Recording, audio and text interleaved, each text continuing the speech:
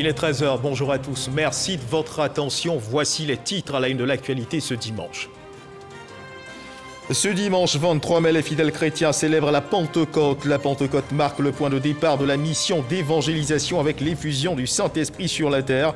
Église, paroisse et temple ont fait le plein de fidèles. Reportage à suivre ici à Abidjan et nous irons à Bouaké dans le centre de la Côte d'Ivoire.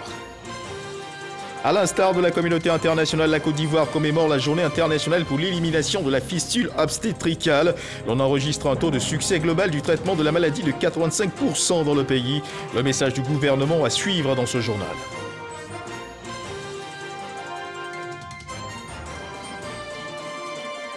Ce dimanche 23 mai se déroule en Centrafrique un nouveau tour des législatives. Le troisième d'une élection tourmentée. Aujourd'hui, 90 députés siègent déjà officiellement, mais 50 sièges restent à pourvoir. L'enjeu sécuritaire est toujours présent, mais ce scrutin voit aussi l'émergence de nouveaux candidats. Voilà pour l'essentiel.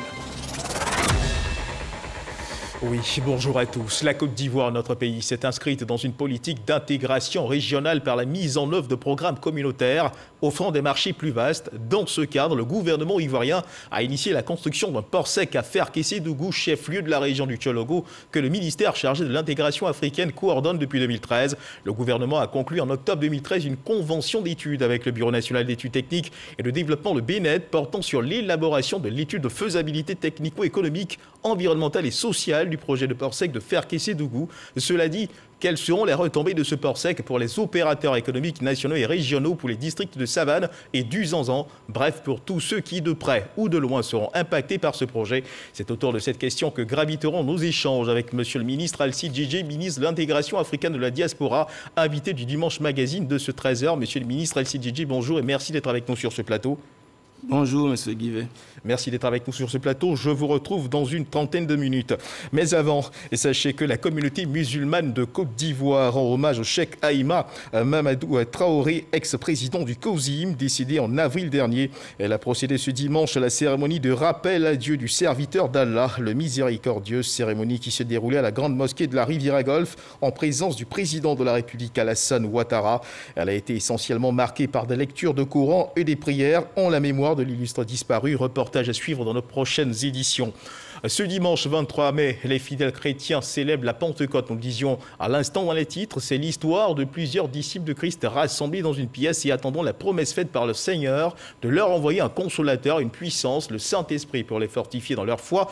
Le Saint-Esprit est descendu sur eux et depuis, en commémoration de cette effusion du Saint-Esprit, on parle de Pentecôte, célébration observée donc dans les églises, temples et lieux de prière. Nos équipes de reportage ont sillonné certains de ces lieux de prière. Le reportage de Sephora Zegui vous sera proposé dans nos prochaines éditions. Direction Bouaké, où la Pentecôte, marquant bien le point de départ de la mission d'évangélisation avec l'effusion du Saint-Esprit sur terre, a été célébrée. Les célébrants du jour ont exhorté les fidèles chrétiens à profiter de l'Esprit Saint pour prier pour la paix et la stabilité sociale en Côte d'Ivoire et la santé des dirigeants du pays. Sort au Corona. Les apôtres de Jésus-Christ se réfugient au Cénacle de Jérusalem régulièrement après sa crucifixion. Le 50e jour après la résurrection de leur maître, les apôtres, en attente de la promesse faite par Jésus-Christ, voient apparaître des langues de feu qui se posent sur eux. Les apôtres reçoivent ainsi l'Esprit Saint. C'est la Pentecôte, point de départ de l'évangélisation. La Pentecôte clôt le temps pascal qui dure 7 semaines, dont elle est le couronnement. À Bouaké, dans les paroisses, temples et églises, les fidèles chrétiens ont célébré la Pentecôte dans la prière et le recueillement. Celui-là qui a renié, le Christ, tout simplement parce qu'il avait peur, mais quand ils ont reçu l'Esprit Saint, c'est Pierre qui va annoncer Jésus qui a été crucifié, qui est mort et qui est ressuscité à temps et à contre-temps. À la mission internationale d'évangélisation milieu, le thème retenu pour cette édition de Pentecôte est « Oindre celui qui doit oindre avant le repas sacrificiel ». Les guides religieux dans les homélies sont revenus sur l'importance de la Pentecôte. Les célébrants ont donc invité les fidèles à aller annoncer partout la bonne nouvelle. Les fidèles ont aussi prié pour la paix et la stabilité en Côte d'Ivoire. Si nous tous nous avons l'Esprit de Dieu en nous, je pense qu'il n'y aura plus de litiges entre nous. Parce que le Saint-Esprit en nous, ça nous donne déjà la paix. La Pentecôte est célébrée le 7e dimanche après le dimanche de Pâques et intervient entre le 10 mai et le 13 juin. Reportage signé Soro Corona et sous l'onction du Saint-Esprit, prenant la direction de la ville de Kong, qui a son tout premier commissariat. Il a été inauguré par le ministre de l'Intérieur, de la Sécurité, le général Wagondo Diomandé, en présence du ministre d'État, ministre de la Défense, Téné Birahima Ouattara, et de plusieurs autres membres du gouvernement. D'un coût de plus de 342 millions de francs CFA, il est la volonté du président de la République, Alassane Ouattara, de relever tous les défis sécuritaires, y compris la lutte contre le terrorisme dans cette grande partie du pays. Reportage signé Kader Sogodogo. 32 bureaux, 9 violons, environ 6 000 mètres carrés, plus de 342 millions de francs CFA d'investissement. Kong a désormais un commissariat. Il est inauguré ici par le ministre de l'Intérieur et de la Sécurité, le général Wagondo Diomandé, en présence du ministre d'État, ministre de la Défense, Téné Birahima Ouattara. Il est la volonté du président de la République, Alassane Ouattara, de doter l'ensemble des localités du pays d'infrastructures sécuritaires modernes qui répondent à leurs aspirations. La mise sur pied effective de la zone opérationnelle du Nord, dont le PC Nord-Est est basé ici même, à Kong. Ce dispositif est désormais soutenu par un commissariat de police qui sera dans votre quotidien. En effet, la police est avant tout une force de proximité, dont la première arme est la complicité avec la population. Elle sera à vos côtés. Pour le premier magistrat de Kong, ce commissariat mixte vient pour accompagner le développement de sa cité. Kong est une ville en pleine croissance démographique, avec un afflux permanent et constant de populations dans la région. Kong est également en plein essor de développement avec la présence des différents services décentralisés de l'administration. Les seules structures de sécurité dans la région ne suffisent plus aux attentes des populations dont les exigences en matière de protection se révèlent de plus en plus pressantes et justifiées. C'est pourquoi l'ouverture du commissariat de police mixte de Kong est pour le conseil municipal un vecteur, voire un support indéniable de développement économique, social et humain. Kafolo et d'autres localités du département de Kong sont confrontées ces derniers temps à des attaques terroristes. Ce commissariat mixte et même la venue du ministre de la Sécurité sont prometteurs. Nous sommes confrontés à un défi sécuritaire d'une autre nature et nous pensons que très rapidement, avec les bonnes nouvelles qui nous ont été annoncées par le ministre de l'Intérieur et de la Sécurité, il y aura un détachement de la police qui sera axé sur donc, la lutte contre le terrorisme, en partenariat bien entendu avec les autres forces de défense. Le premier commissaire de police de Kong se nomme Jean-Baptiste Nzi. Il a été présenté aux populations et leurs invités, au nombre desquels les ministres Adama Diawara et Amadou Koulibaly. Un comité éthique siège désormais au ministère de la fonction publique et de la modernisation de l'administration. Il a été installé par le ministre de la promotion de la bonne gouvernance, du renforcement des capacités. Et sa mission, faire émerger les bonnes pratiques de gestion et promouvoir l'écoute des usagers clients. Le reportage de Grace Kando.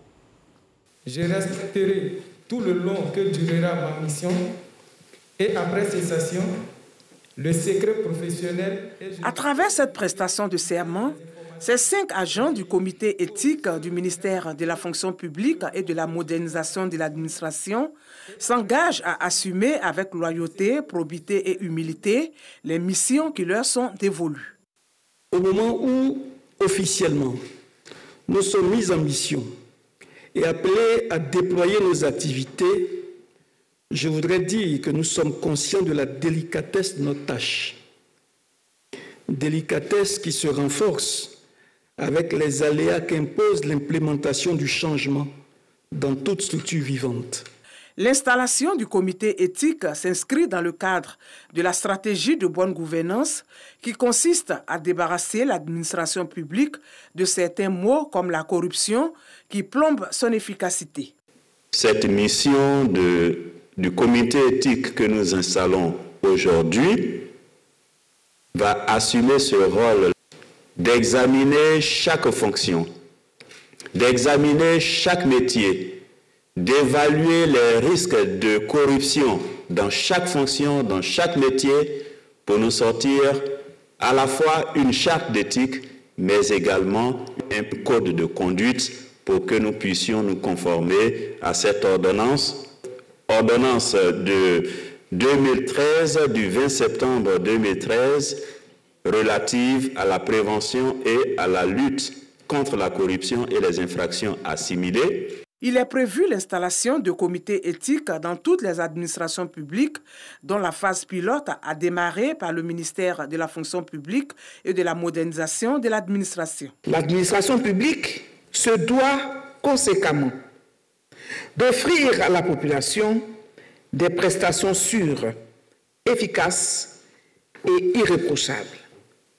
Notre administration devra voir son image restaurée et la qualité de ces prestations au profit des populations devrait rétablir les fils de la confiance rompus à cause des mauvaises pratiques et des manquements dont on accuse nos services à tort ou à raison. Dans cette perspective, la ministre Anne-Désirée Ouloto souhaite que les premiers résultats du comité éthique de la fonction publique soient visibles dans l'organisation et la proclamation des résultats des concours administratifs. Un comité mis en place pour lutter contre la corruption. Il faut continuer de faire attention. La Covid-19 est toujours présente en Côte d'Ivoire.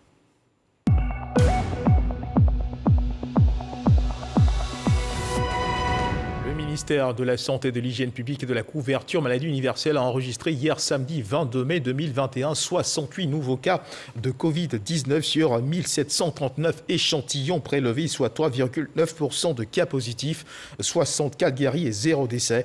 À la date donc du 22 mai 2021, la Côte d'Ivoire, notre pays, compte donc 46 942 cas confirmés, dont 46 346 personnes guéries, 298 décès et 298 cas actifs. Le nombre total d'échantillons est de 632 190. Le 21 mai, 25 649 doses de vaccins contre la Covid-19 ont été administrées, soit un total de 473 098 doses administrées. Le ministre de la Santé, de l'Hygiène publique, de la couverture maladie universelle invite toutes les personnes de plus de 18 ans à se faire vacciner dans les centres de vaccination. La vaccination contre la Covid-19, rappelons-le, est gratuite et volontaire. À l'instar de la communauté internationale, la Côte d'Ivoire commémore la journée internationale pour l'élimination de la fistule obstétricale autour du thème « Les droits des femmes sont des droits humains, mettez fin à la fistule maintenant ». On enregistre un taux de succès global du traitement de la maladie de 85% dans le pays. Le gouvernement, au regard de ces progrès, salue l'appui de ses partenaires et encourage les femmes touchées par cette maladie à se rendre massivement dans les centres de prise en charge gratuits et de prévention. Jean-Marc Djedji. La fistule obstétricale, problème de santé publique. Cette pathologie se caractérise par une perforation entre le vagin et la vessie ou le rectum et une fuite urinaire permanente chez la femme. En cette journée mondiale de lutte contre cette maladie, le gouvernement, à travers le ministère de la Santé et de l'Hygiène publique, fait le bilan de ses actions en termes de prise en charge. Le gouvernement de Côte d'Ivoire, à travers le ministère de la Santé, de l'Hygiène publique et de la couverture maladie universelle et ses partenaires techniques et financiers, que sont le Fonds des Nations Unies pour la population UNFPA et l'Agence coréenne de coopération internationale COICA, ont mis en place un projet de prise en charge gratuite et de prévention de la fistule obstétricale, en adéquation avec la campagne mondiale pour éliminer les fistules. De 2012 à ce jour, 2 phases de ce projet ont été déjà réalisées. Avec la création de 8 centres de prise en charge de la fistule, le ministère de tutelle mise sur le renforcement des capacités du personnel soignant. Les renforcements des capacités de 98 médecins, de 260 sages-femmes et infirmiers pour prendre en charge les patientes. La prise en charge gratuite de 3 385 femmes et filles qui ont bénéficié d'un traitement réparateur avec un taux de succès global de 85%. Plus de 4 000 milliards de francs CFA sur la période 2020-2023 sont mobilisés par l'État de Côte d'Ivoire avec l'appui de ses partenaires pour la prise en charge des malades. Je voudrais inviter toutes les femmes porteuses de la fistule obstétricale à sortir massivement et à se rendre dans les structures de référence que sont les CHR et les hôpitaux généraux de leur ville pour la prise en charge gratuite de cette pathologie. La Côte d'Ivoire enregistre un taux de prévalence de 2,5%, soit 250 nouveaux cas par an de fistules obstétricales, selon le ministère de la Santé et de l'Hygiène publique. Autre événement commémoré hier 22 mai sur le plan national et international, la journée internationale de la biodiversité autour du thème « Nous faisons partie de la solution », une commémoration qui offre l'occasion de poursuivre les efforts de préservation de la diversité biologique pour en tirer les avantages y afférents. Le message du gouvernement lu par le ministre de l'Environnement et du Développement durable, Jean-Luc Assy. Reportage, Eugène Atoubé. Ce 22 mai, journée internationale de la diversité biologique, est pour le gouvernement l'occasion et l'opportunité d'informer les populations sur les enjeux de la biodiversité, terme qui englobe l'ensemble des espèces animales et végétales vivant sur la Terre, dans les mers et leurs interactions. L'agriculture intensive et les épandages massifs des produits phytosanitaires, la pêche intensive, la chasse d'espèces protégées, l'urbanisation galopante, la déforestation et l'orpaillage clandestin sont autant d'actions nocives qui impactent la diversité biologique. Notre planète fait face à des défis et pressions sans précédent, avec un taux d'extinction des espèces qui s'accélère, provoquant dès à présent de graves effets sur nos populations. Le thème de cette année 2021, nous faisons partie de la solution, s'inscrit dans la continuité de l'action, pour rappeler que la diversité biologique est la réponse à plusieurs défis de développement durable, notamment les changements climatiques, la sécurité alimentaire, les crises sanitaires, les pandémies et les modes de vie durables. La nature est en crise en raison de la perte de biodiversité et des habitats, du réchauffement climatique et de la pollution des matrices environnementales que sont l'eau, l'air et le sol. Notre planète ne s'est jamais aussi mal portée sous notre ère. Dans un tel contexte, ne pas agir, c'est faillir à nos obligations envers l'humanité. La survie de l'humanité dépend des mesures à prendre dès maintenant pour assurer un avenir résilient et durable. C'est ce capital que nous devons léguer à la génération future. La Convention sur la diversité biologique, en vigueur depuis 1995, a été ratifiée par 196 États dans la Côte d'Ivoire. La communauté, dans toutes ses composantes, est appelée à agir maintenant dans la synergie d'action et le respect de la nature, au nom de la vie. C'est sa première visite officielle dans le Grand Guibérois depuis sa réélection au Parlement pour un second mandat en mars dernier. Nommée au mois d'avril, ministre de la Solidarité et de la lutte contre la pauvreté, Miss Belmondo Dogo est reconnaissante du soutien dont elle a toujours bénéficié de la part des populations de sa circonscription.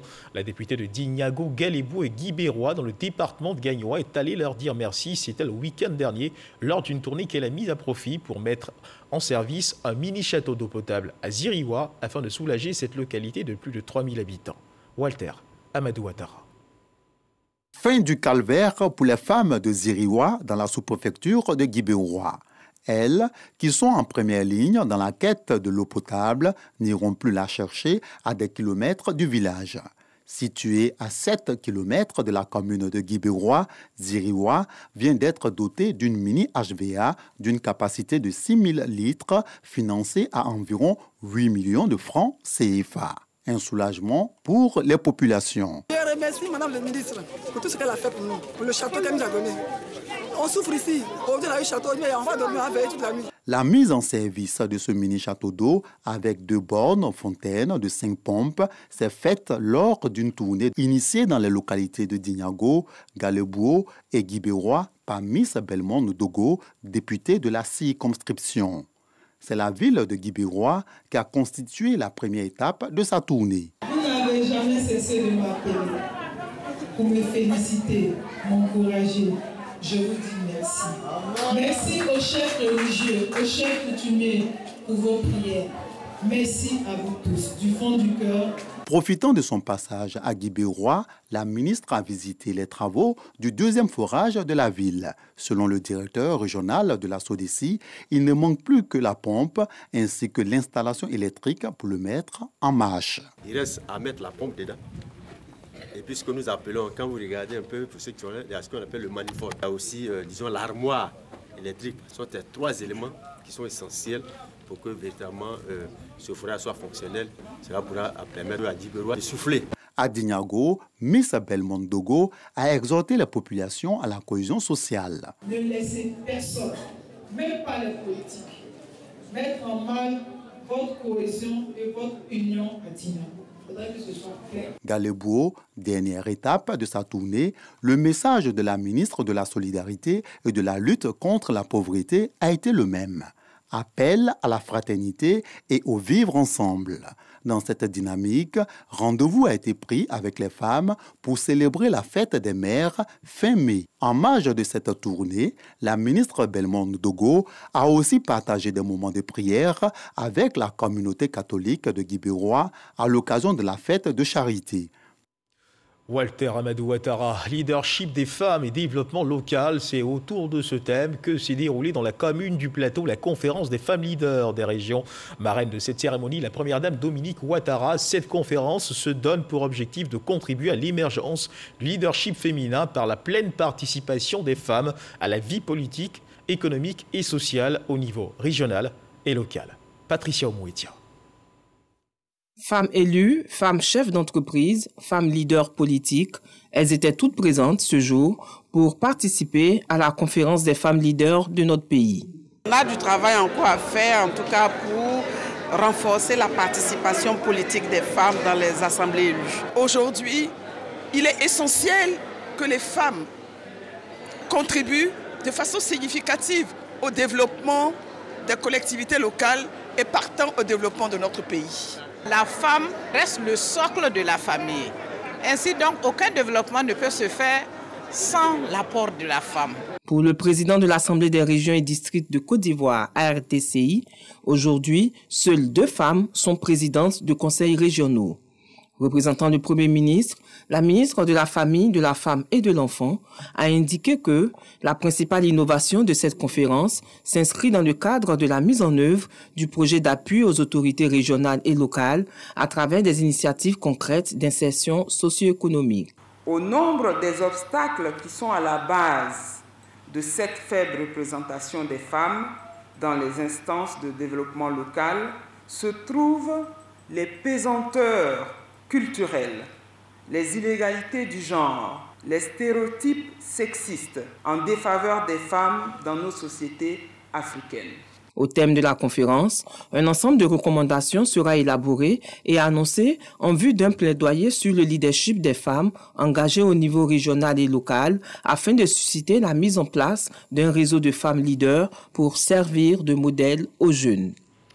Et dans l'actualité internationale, nous le disions à l'instant, en ouverture de cette édition ce dimanche, à 23 mai, se déroule en Centrafrique un nouveau tour des législatives, le 3e d'une élection tourmentée. Aujourd'hui, 90 députés siègent déjà officiellement, mais 50 sièges restent à pourvoir. L'enjeu sécuritaire est toujours présent, mais ce scrutin voit aussi l'émergence de nouveaux candidats. Le premier tour, le 27 décembre, avait été fortement perturbé par la rébellion coalition des Patriotes pour le changement de CPC, empêchant près de la moitié de la population d'aller aux urnes. Retour à Abidjan, Côte d'Ivoire, ayant constaté la volonté des acteurs de la filière bétail-viande d'augmenter le prix du kilogramme de la viande de bœuf. Le ministre du Commerce et de l'Industrie ainsi que celui des Ressources animales et halieutiques ont entrepris des concertations à la suite desquelles les parties étaient convenues du plafonnement du coût de la viande en cette période de crise de l'électricité. Malgré cette initiative conjointe, les prix maxima de la viande de bœuf vendue au kilogramme dans le district d'Abidjan connaissent une hausse au marché de Grand Bassam ou à l'abattoir de Port-Bouët. Les consommateurs dénoncent la situation quand les bouchers trouvent des justifications. Walter Amadou Ouattara.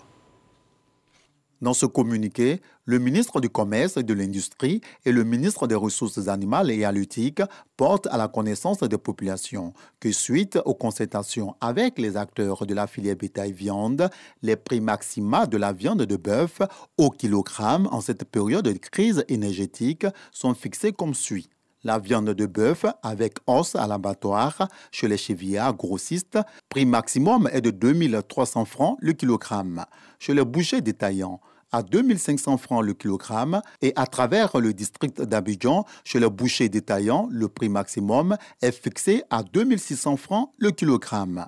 La viande de bœuf sans os, chez les chevillards grossistes, le prix est de 2300 francs le kilogramme. Chez le boucher détaillant, 2700 francs le kilogramme et dans le district d'Abidjan, chez les bouchers détaillants, 2800 francs le kilogramme. Sur le terrain, ce samedi, 22 mai 2021, la réalité est tout autre.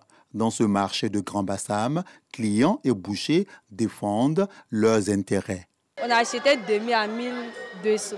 Mais aujourd'hui, on est venu payer demi à, il dit c'est 1500. Ça a augmenté de 300 francs. Ils nous disent que les sorciers, que c'est à 1500, tu prends ou tu laisses, sans donner des raisons.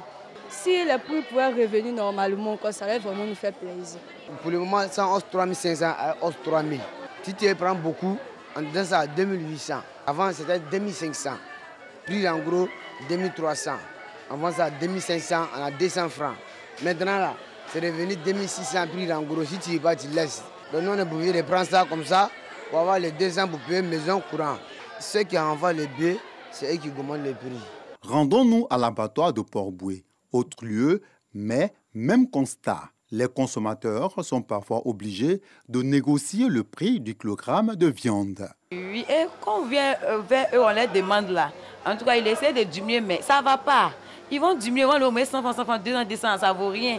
Ah, donc ils sont obligés d'accepter ça comme ça pour payer. Responsable d'une fédération de chevillards, Mfa Traoré essaie de justifier la situation. Présentement, il n'y a pas de bêtes qui viennent. Ceux qui viennent à les bœufs là, on les a demandé que les zones où les bœufs là se trouvent là, on n'a plus accès là-bas pour aller payer les bœufs là pour venir. Donc c'est pourquoi viennent là même, aller là c'est augmenté. Bœuf de 300 000 avant là, c'était 250 000. Donc on ne peut pas s'en sortir. Donc on est obligé de faire un peu. Si on vend, les clients viennent, on négocie avec les clients. Il y a d'autres qui disent 2600, il y a d'autres qui disent 2500. Donc on est obligé de travailler comme ça. Bon, nous on souhaite que le gouvernement va avoir une délégation pour aller au Burkina, au Mali. Bon, pour aller négocier avec les gens, pour que, comment on peut venir avec les bœufs là comme avant. Pour l'heure, on retient que dans un communiqué, le gouvernement met en garde contre le non-respect de ces prix plafonds sous peine de sanctions prévues par la réglementation. Et nous retrouvons à présent notre invité de ce dimanche magazine, Monsieur Alcide Djidje, ministre de l'intégration africaine et de la diaspora. Monsieur le ministre, bonjour encore. Et puis, merci d'être avec nous. Vous revenez à peine de faire Késédougou. Vous avez pris part à la pose de la première pierre du port sec de la ville. Comment s'est déroulée cette journée? C'était une journée historique à faire Késédougou. Et je voudrais saisir cette occasion pour remercier les autorités du Tchologo. Mais avant tout, je voulais remercier la ministre d'État, Kandia Kamara, qui a représenté le Premier ministre et qui a rehaussé de sa présence cette cérémonie. Je voudrais remercier le ministre d'État, Ibrahim Ouattara, qui est par ailleurs président du Conseil régional du Tchologo. Et je voudrais remercier le ministre burkinabé de l'intégration africaine, qui était également présent. Et la Chambre de commerce du Burkina Faso, je voudrais remercier tous les membres du gouvernement. Il y avait une vingtaine de ministres. C'était vraiment un événement très important. Je voudrais remercier le conseil, les membres du Conseil régional du Tchologo et toutes les populations du Tchologo, les chefs, les autorités traditionnelles, religieuses, tout le Tchologo. C'était vraiment un événement historique. Alors, Monsieur le ministre, quelles seront les retombées directes de ce port sec pour les populations, on va dire, des régions donc, du Tchologo, des régions également du Zanzan et de toutes les personnes qui, justement, s'inscrivent dans l'écosystème de ce port sec? Oui, mais des retombées importantes. D'abord pour les opérateurs économiques. Ils auront plus de fluidité, plus de proximité. C'est-à-dire, vous avez des opérateurs qui sont de la région, ou qui sont au Burkina Faso ou au Mali, c'est un gain énorme. Au lieu de venir sur le port d'Abidjan, il y a un port à faire Késédougou. Il y a un endroit de transit pour les marchandises. Et avec la douane, tout ce qui est dans un port comme le port d'Abidjan, toutes les composantes y sont, à part la mer. Et donc, c'est un point avancé pour ces ports de Abidjan et San Pedro. Donc il y a une facilitation, il y a une fluidité pour les opérateurs économiques et pour la population. Il y a des opportunités d'emploi, de création d'emplois. Emploi direct et indirect également. Voilà, emploi direct et indirect. Donc c'est vraiment un grand pôle de développement qui est créé, que le président de la République vient d'offrir à la Côte d'Ivoire et à la sous-région. Le président de la République s'est d'ailleurs investi dans plusieurs de ces projets sur le plan régional. Est-ce que vous pouvez nous en dire plus? Oui, chez nous au ministère de l'Intégration, nous prévoyons, après le port sec de Ferkessédougou, le projet de développement intégré du Ouassoulou, qui se rapproche beaucoup plus de la Guinée et du Mali. Il y a ce cercle-là qui est prévu. Et puis, il y a aussi d'autres projets qu'on appelle Escabo, c'est-à-dire Sikasso, Koroko et Bobo Dioulasso. Alors, Monsieur le ministre, dites-nous, comment est-ce que le ministère s'est organisé en amont pour permettre aujourd'hui que l'on aboutisse à la pose de la première pierre de ce port sec de Ferkessédougou? Oui, vous savez qu'en 2013, il a été confié au Bénin une étude de faisabilité de ce port sec. Ensuite, il y a eu des missions à l'étranger, en Chine, en Afrique du Sud, au Kenya. Et donc, pour modéliser le port, et c'est après tout cela qu'il a été décidé de la construction du port sec. Et maintenant, il y a la partie financement. Et il y a eu un accord, une recherche de financement. Vous savez que le port sec fait 250 milliards auprès des banques chinoises. Et la Côte d'Ivoire a une participation de 15%. Et donc, le total fait 250 milliards. La Côte d'Ivoire participe pour 38 milliards. Et justement, la ville de Ferkessédougou, selon les informations que nous possédons, n'a pas été choisie de façon fortuite. Cela répond à un besoin stratégique, on va dire. Est-ce que vous pouvez nous éclairer? Ferkessédougou a une position stratégique, effectivement, à 600 km d'Abidjan, à 600 km de Bamako, à 600 km de Bobo Dioulasso, de Ouagadougou plutôt. Et donc, et ensuite, il y a la voie ferrée qui passe par Ferkessédougou. Vous savez que c'est un port multimodal, c'est-à-dire le mode de transport peut être routier, peut être ferroviaire à partir d'Abidjan, à partir des différents ports. Là, dans ce cas, Ferkessédougou a été préféré parce qu'il y a la voie ferrée et il y a la route. Donc, Ferkessédougou avait vraiment une position stratégique. Alors, pour en savoir davantage sur ce port sec, suivons ensemble cet élément de Cheikh Koné. Le projet du port sec de Ferkessédougou est désormais sur les rails. Ce vendredi 21 mai 2021 est un jour mémorable pour les populations, les cadres et les élus de la région du Tchologo. Ils bénéficieront ainsi dans un peu plus de 30 mois de l'un des premiers ports secs de l'Afrique de l'Ouest. Mais c'est quoi un port sec? C'est un espace géographique sans accès à la mer qui sert de transit ou d'arrivée des flux de marchandises dans le cadre du commerce entre les États et de relais aux ports maritimes classiques.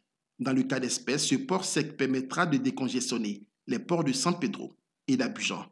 Bâti sur une superficie de près de 732 hectares, soit l'équivalent de 104 stades de football, le port sec de Korogo disposera de 3 composantes à savoir un terminal pour l'import et l'export, un dépôt d'hydrocarbures, un marché à bétail et un abattoir. La dimension du projet dénote de l'ambition du gouvernement à créer des pôles économiques d'envergure dans les régions de Côte d'Ivoire. Ce port sec permettra, entre autres, de mettre à la disposition des opérateurs économiques nationaux et régionaux des conditions optimales d'accueil en vue de réduire les coûts de transit et de transport, de mettre en valeur les potentialités économiques des districts des savanes, Poro, Tchologo, Bagoué et du Zanzan, Kani, Gontougo, Sikasso au Mali et Bobo Dioulasso au Burkina Faso. De rapprocher les ports maritimes, notamment le port autonome d'Abidjan et le port autonome de San Pedro, de ses partenaires de l'Interland. Son coût global est de 254 milliards 171 millions de francs CFA, financé par l'État de Côte d'Ivoire à travers un prêt obtenu auprès des banques chinoises et des banques nationales. Selon le maître d'œuvre, le port de fer Kessédougou est prévu être inauguré en 2024. Plus de 71 000 emplois directs seront créés.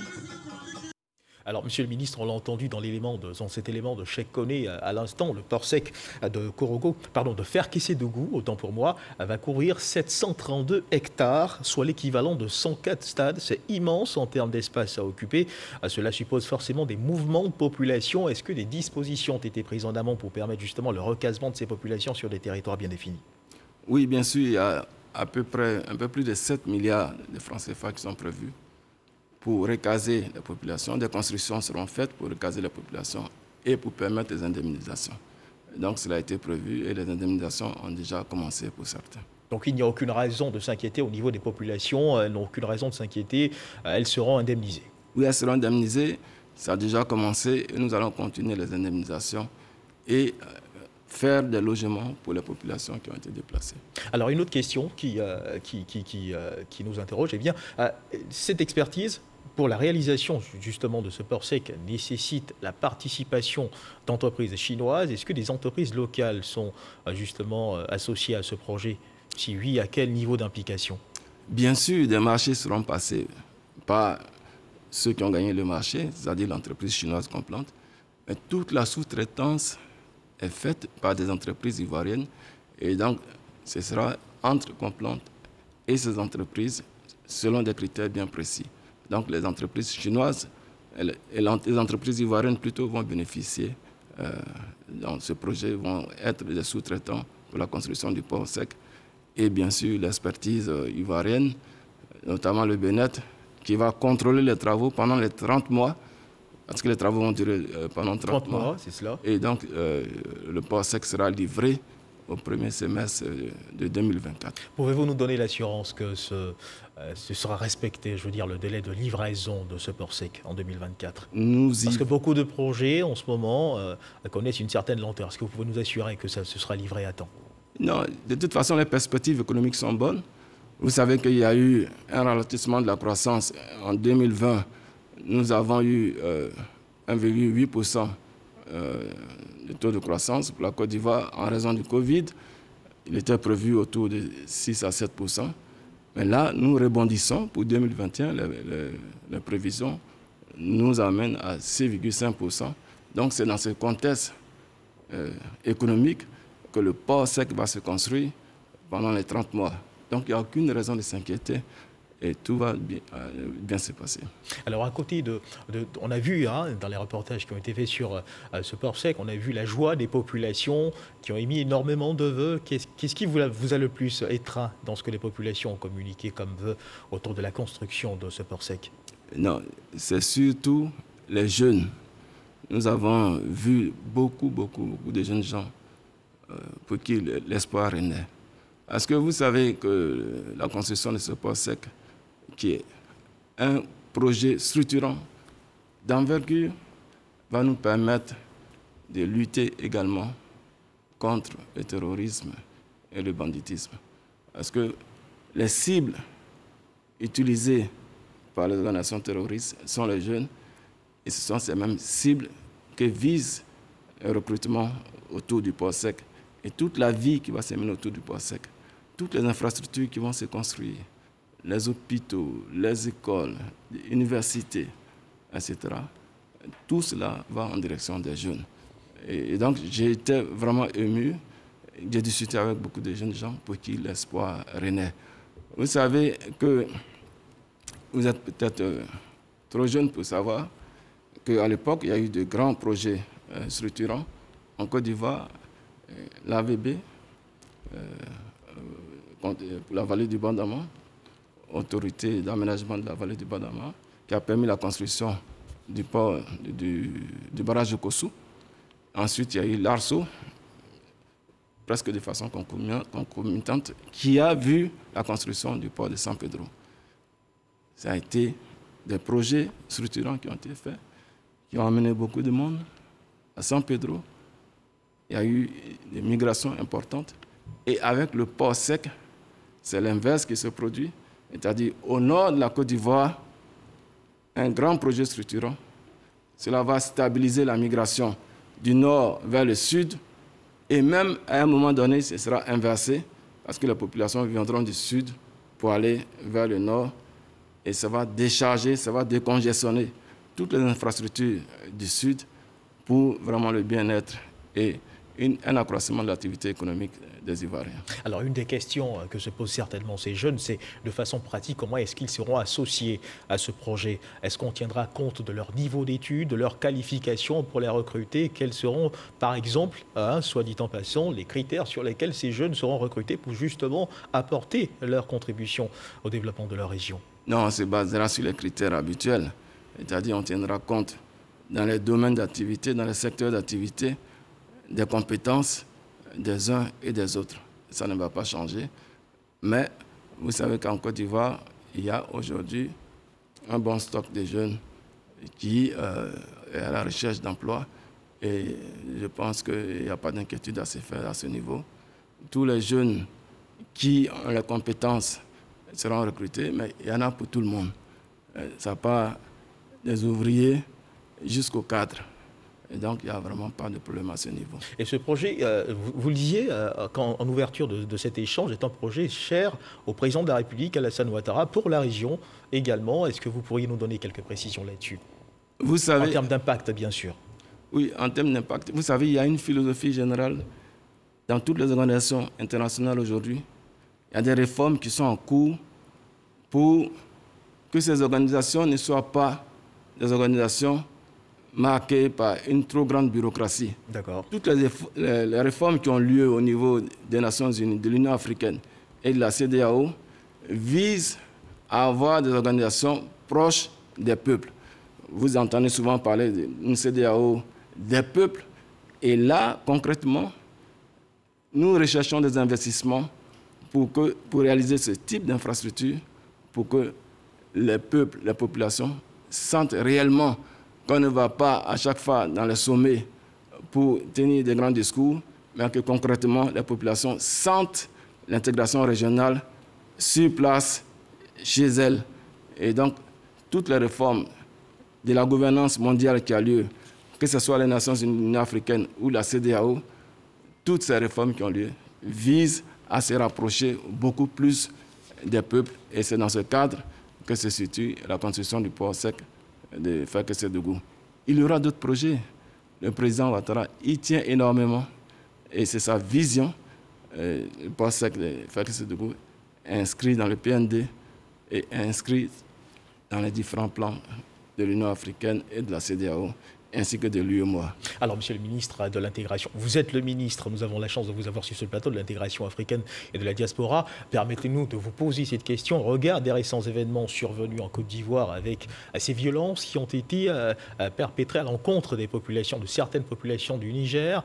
Il y a eu beaucoup de remous, voilà, beaucoup de choses ont été dites sur la toile, tant sur la toile que sur d'autres canaux d'expression. Aujourd'hui, comment avancent, on va le dire, les efforts faits pour justement ramener le calme et rassurer toutes les populations vivant sur le sol ivoirien, en particulier la communauté nigérienne?